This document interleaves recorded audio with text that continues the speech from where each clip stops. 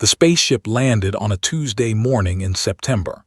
It came down slowly, like a giant metal bird, onto the landing pad of Seoul National University.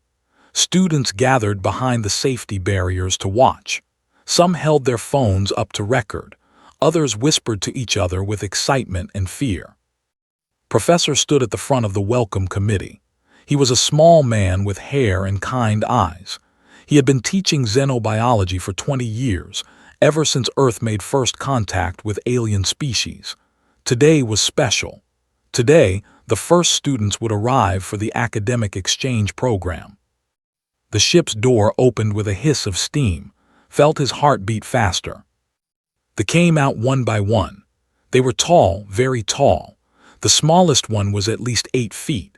Their bodies were covered in hard blue shells, like the armor of insects. They had 4 arms each, and their heads held large compound eyes that reflected the morning sun like broken mirrors. The humans stepped back without meaning to. It was a natural reaction. The looked like nightmares given flesh. At the front of the alien group walked the largest one. She moved with the confidence of someone who had never lost a fight. Her shell was darker than the others, marked with scars that told stories of violence. When she reached Professor, she looked down at him the way a person might look at an ant. "I am," she said. Her voice was deep and harsh, made by mandibles clicking together. "Champion of the combat academies. I have 300 confirmed kills in the border wars against the collective." Bowed politely. "Welcome to Earth, champion. I am Professor. I will be your instructor during your stay." Did not bow back. She turned her great head and looked at the university buildings, the trees, the small humans everywhere. Her mandibles made a sound that might have been laughter. "This is your great institution of learning?" she asked. "It is so small." Behind her, the other made similar sounds. There were 5 of them in total. Was a young male with bright blue shell plates. He kept flexing his 4 arms as if ready to fight at any moment. The others were named, and they all shared the same expression of disappointment and contempt. Park stepped forward to stand beside her professor. She was 26 years old with long black hair tied back in a practical ponytail. She had been assistant for 3 years and had learned to keep her face calm in difficult situations. "The campus may seem modest," said, "but our research facilities are among the best on Earth. We have much to show you." Leaned down toward her. His compound eyes were disturbing up close, thousands of tiny lenses all focusing on her at once. "You are very small," he said. "On my world, creatures your size are food." Some of the human students gasped, did not move. "On this world," she replied calmly, "size often has nothing to do with danger." Made that laughing sound again. "Danger? We were told Earth had dangerous creatures. That is why we agreed to this exchange. We wanted to see what makes humans so careful, so afraid." She spread all 4 of her arms wide. "But I see nothing to fear. Your buildings are fragile, your bodies are soft, even your sun is gentle." Professor simply smiled. It was a patient smile, the kind that teachers give to students who think they know everything. "The orientation will begin tomorrow morning," he said. "Tonight, please rest in the quarters we have prepared. Earth has much to teach you, champion, more than you might expect." Stepped closer. Her shadow fell over completely. He had to look almost straight up to meet her eyes. "My people have conquered 12 star systems," she said slowly. "We have defeated enemies with technology far beyond yours. We have killed creatures the size of your buildings. What could this tiny, wet, green little world possibly teach the?" The question hung in the air. The human students were silent. Even the wind seemed to stop. Smile did not change. "Humility, perhaps," he said softly. For a moment went very still. Then she made a sharp sound that might have been anger or amusement. It was hard to tell with. "You are either very brave or very stupid, little professor," she said. "I have not decided which." "Take your time," replied. "We have a whole semester." They were led to their quarters, a special building made to hold their large bodies. The doors were 12 feet tall. The beds were reinforced platforms. Everything had been designed to make them comfortable. They were not grateful. That night found Professor in his office. He was looking out the window at the stars, holding a cup of tea that had gone cold. "Sir," she said, "they are very arrogant. They think we are beneath them." Nodded slowly. "Most species think that when they first arrive. The galaxy is full of beings who believe that strength means power, that size means superiority." "And what do we do?" The old professor turned to look at her. His eyes held something she had seen before, something that looked almost like sadness. "We teach them the same way Earth taught us long ago." He set down his tea. "We show them what true danger looks like, and we hope they survive the lesson." Felt a small chill run down her spine. Tomorrow, the education would begin. The morning came bright and warm. Stood outside at 7 o'clock, waiting for the students. There was a huge glass building filled with plants and creatures from all over Earth. It was her favorite place on campus. The aliens arrived late. They walked slowly, stopping to look at things with obvious boredom. Led them as always, her shell catching the sunlight. "You are late," said. "Time moves differently for those who live long," replied. "Can live for 500 of your years. We do not rush." Decided not to argue, she turned and walked toward the entrance. "Please follow me. Today we will begin studying Earth's predators." The word predators got their attention. Moved faster, his compound eyes brightening. "Finally," he said, "something interesting. What will we see? Large hunting animals, creatures with sharp teeth and claws." Smiled but did not answer. She led them through the outer sections, past tanks of colorful fish and enclosures holding small mammals. They were not impressed. "These are your predators?" asked. She was the quietest of the group, but her voice carried disappointment. "Small furry things, swimming creatures no bigger than my hand." "These are not today's subject," said. "Keep following." They went deeper into sections where the air grew thick and warm. The plants here were different, bigger, greener, dripping with moisture. It felt like walking into a different world. Professor was waiting for them in a circular room. In the center stood a glass containment unit about the size of a human desk. He smiled when he saw them. "Good morning, students," he said. "Welcome to the tropical section. Today we begin our study with one of Earth's most remarkable hunters." Walked to the glass container and looked inside. For a moment, she said nothing. Then her mandibles spread wide in what now recognized as laughter. "This," pointed at the container, "this is your remarkable hunter." Inside the glass sat a spider. It was brown with some darker markings on its body. It was roughly the size of a human hand with its legs spread out. Right now, it sat very still on a piece of wood, watching nothing in particular. The other gathered around to look. Their laughter joins. "It is so small," said. "I could crush it between 2 fingers without trying." "On Prime, our children hunt bigger things for fun," added. "This would not even be worth noticing." Tapped the glass with one claw. The spider moved slightly but did not seem alarmed. "It has no armor, no claws, no size. What is dangerous about this?" Professor clasped his hands behind his back. "This is commonly called the Brazilian wandering spider. It is considered one of the most dangerous creatures on Earth." More laughter from the dangerous, leaned closer to the glass, her massive face reflecting in the surface. "Professor, I have fought enemies with plasma cannons. I have killed beasts that could swallow your entire building.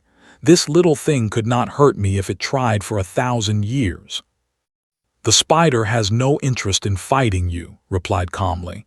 "It does not think of fighting at all, not the way you understand it. It simply exists, and anything that threatens it learns why that is a mistake." Made a dismissive sound. "You humans are strange. You fear such tiny creatures. This is why your species was so easy to find in the galaxy. You were too busy being afraid of small things to reach the stars quickly. Felt anger rise in her chest but kept her voice steady. We were careful. There is a difference. Careful is another word for weak, said. She straightened up to her full height, towering over everyone in the room. They have conquered because we are strong. We do not waste time fearing things we could destroy with a single blow. Professor walked slowly around the container, his eyes on the spider. Let me tell you about, he said. It does not build webs and wait for food like many spiders. It walks. It hunts. It wanders through the forests at night looking for prey. When it finds something it wants, it attacks. Attacks what? Asked. Tiny insects. Sometimes, but also mice, small birds, frogs. Paused. It has been known to kill humans. This got this attention, though they tried not to show it. Kill humans, said, something that small. The spider does not fight with size or strength, explained. It fights with venom. One bite delivers a neurotoxin that attacks the nervous system. Pain comes first, terrible pain. Then the muscles stop working. The heart struggles. The lungs fail. Death can come in less than an hour. The room grew quiet. Venom, said slowly. Yes, we know of venomous creatures. The carapace resists most toxins. Our blood can neutralize 900 known poisons from across the galaxy. This little spider's venom would do nothing to us. Looked at her with that patient smile. Perhaps, he said, but Earth's creatures did not evolve for the galaxy. They evolved for Earth. Their weapons are designed for this world, for nervous systems like those found here. He tilted his head slightly. Tell me, champion, has biology ever encountered venom from Earth before? Did not answer immediately. Her compound eyes shifted between the professor and the spider in its glass container. It does not matter, she finally said. I am a tiny earth creature, cannot harm me. Nodded slowly, as you say, champion. But noticed that the old professor's smile had changed. It now held something that looked almost like sadness. In its container, the spider moved, walking in a small circle before going still again. It did not know it was being watched. It did not know it was being mocked. It simply waited, as its kind had waited for millions of years. Patient, silent, ready. 3 days passed. The mockery did not stop. The students took photographs of themselves standing next to the spider's containment unit. They made poses showing their size, their strength, their power. They sent these images back to there with messages that made fun of Earth and its creatures. One message translated to, "The humans fear this. No wonder they took so long to join the stars." Another said, "Earth's mighty hunter, I have seen insects more threatening." The human students on campus tried to ignore the aliens, but it was not easy. They were loud and proud. They talked about their conquests during meals. They compared their battle scars during walks. They made it clear that they thought Earth was a joke. A first-year student in Professor's class found it hardest to stay quiet. He was young, only 19, with a quick temper that he usually kept hidden.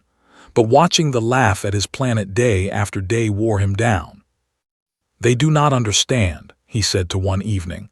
They think because the spider is small, it is weak. They think because we are soft, we are nothing. Was organizing research notes in her office. She did not look up. They will learn, give it time. When? They have been here almost a week and they only grow more arrogant. Sat down heavily in a chair. Sometimes I wish one of them would just try to touch the spider, just to see what happens. Stopped writing. She looked at him with serious eyes. Be careful what you wish for, she said quietly. The lesson they need might be painful for everyone. The next morning, during the regular lecture, made her announcement. Professor had been explaining how the wandering spider hunted.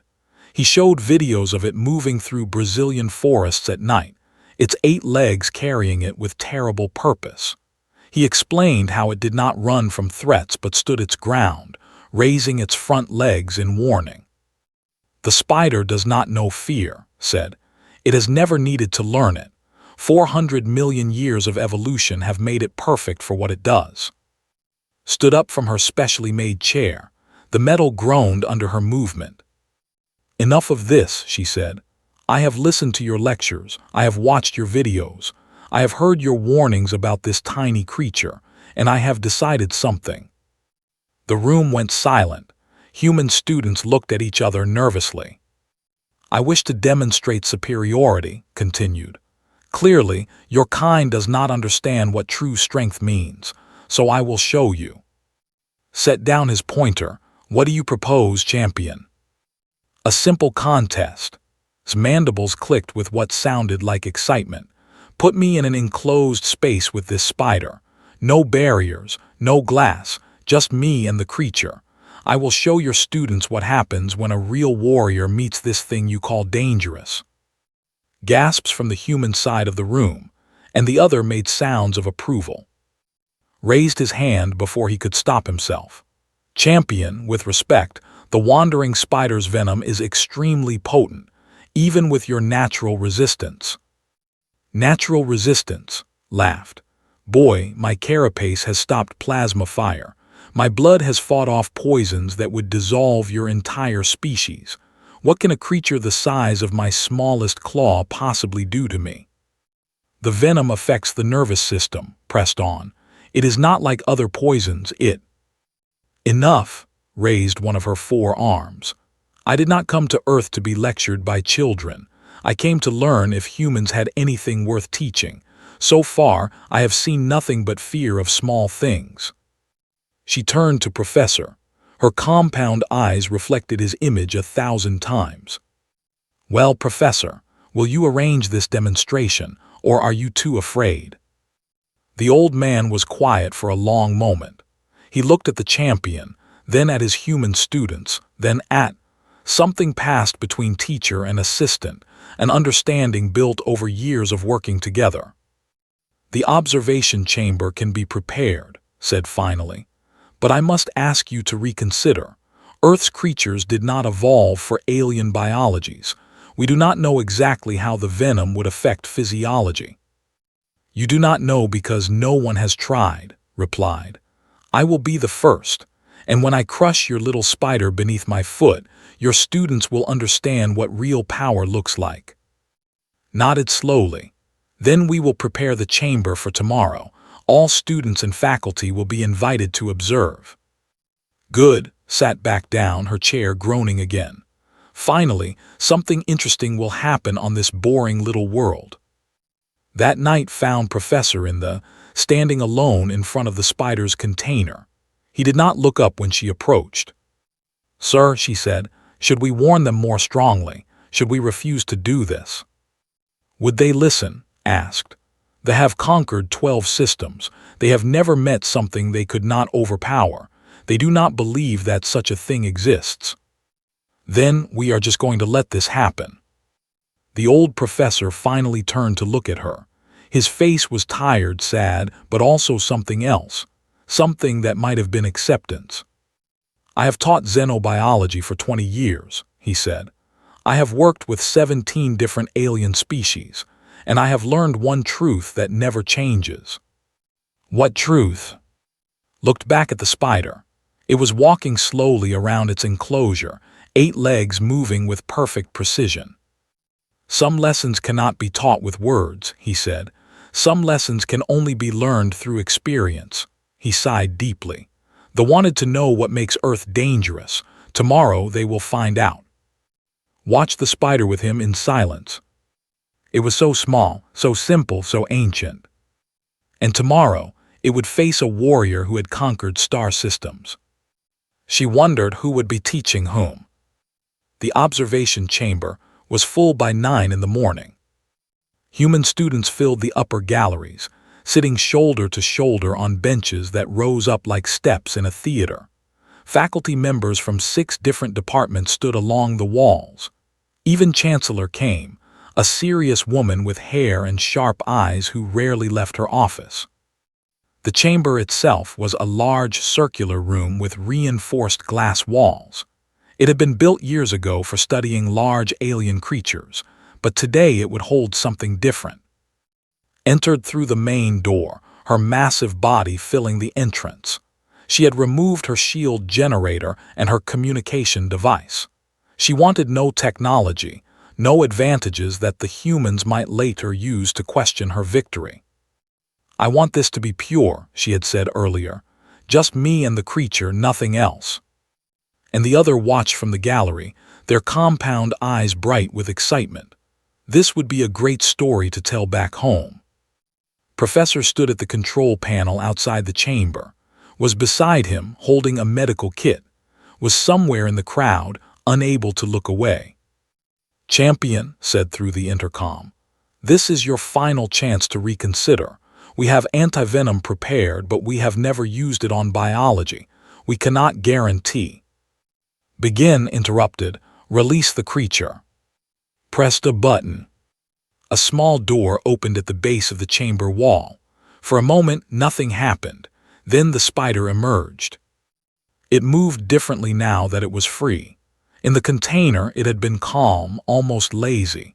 Here, in this open space, it became something else. It walked with purpose, its 8 legs testing the ground with each step.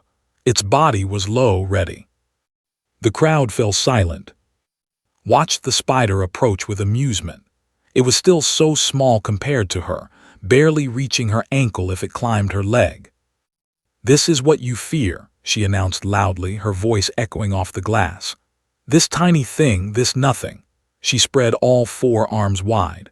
"On Prime, we have creatures that could swallow this whole without noticing. We have hunted beasts that make your dinosaurs look like children's toys. And you think this little spider can harm?" The spider moved. It was not fast by combat standards, had fought enemies who could cross a battlefield in seconds. But the spider did not move like an enemy. It did not charge or attack or threaten. It simply walked forward, climbed onto her foot and continued up her leg. Looked down. The spider was already at her knee, moving steadily upward. "It tickles," she said, and the in the gallery laughed. She reached down with one hand to brush the spider away. The spider bit. The bite itself was nothing, a tiny pinch against her armored shell, so small that almost did not feel it. She actually laughed again. "Was that supposed to?" She stopped. Her eyes went wide. Something was happening inside her, something she had never felt before in 300 years of life. It started at the bite location on her leg and spread outward like fire racing through dry grass. Pain. Real pain. Not the clean pain of a wound that could heal, but something wrong, something that felt like her nerves themselves were screaming. "What?" Her voice broke. "What is?" Her leg gave out. Champion of the combat academies, 300 kills in the border wars, conqueror of enemies across 12 star systems, fell. 300 kilograms of alien warrior crashed to the floor of the observation chamber, and the impact shook the building. The crowd erupted, human students shouted, the in the gallery froze in shock. "Help her!" screamed, slamming his fists against the gallery barrier. "What is happening? Do something!" On the floor was not screaming yet. She was trying to understand. Her arms pushed against the ground, trying to lift her body, but they kept slipping. Her nervous system was receiving signals it had never experienced, pain messages that her brain did not know how to process. Then her other leg went numb. Then her lower arms. And then finally she screamed. The sound shattered 2 observation panels. Some of the human students covered their ears. Others started to cry. The scream was not a warrior's battle cry. It was the sound of someone who had just discovered that they were not immortal.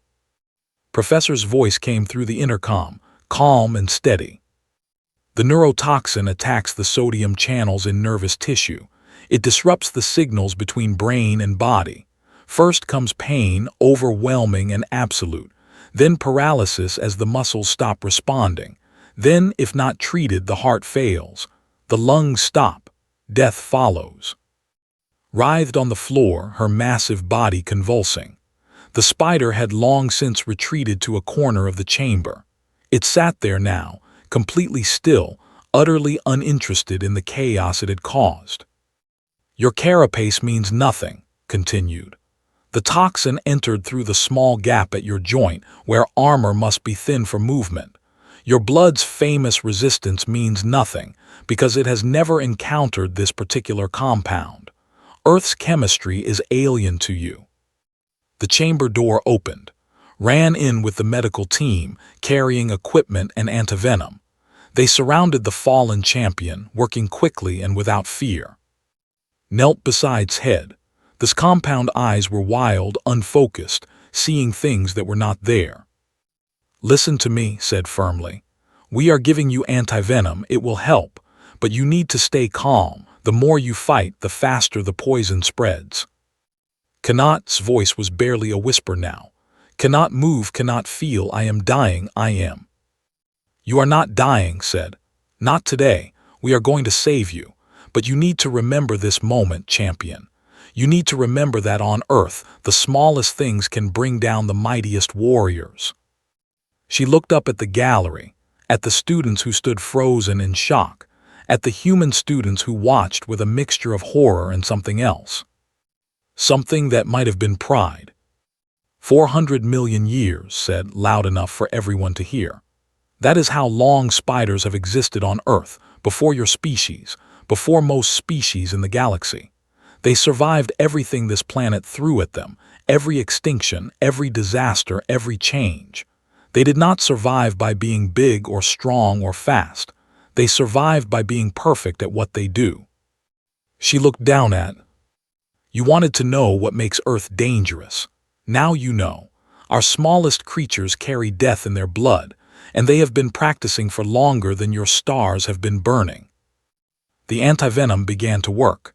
Convulsions slowed, her breathing steadied. But the lesson had been delivered. In the corner, the spider sat motionless. It did not know it had just taught the galaxy's conquerors a new kind of fear. It was simply being what evolution had made it. Perfect. 3 weeks passed before it could walk again. The medical center at Seoul National University had never treated a patient before.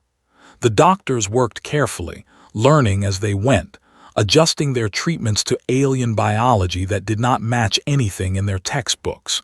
It was difficult work, but they never complained. Spent most of that time in silence. She lay on her reinforced bed and stared at the ceiling. Sometimes the other students would visit, but she did not want to talk to them. She did not want to talk to anyone.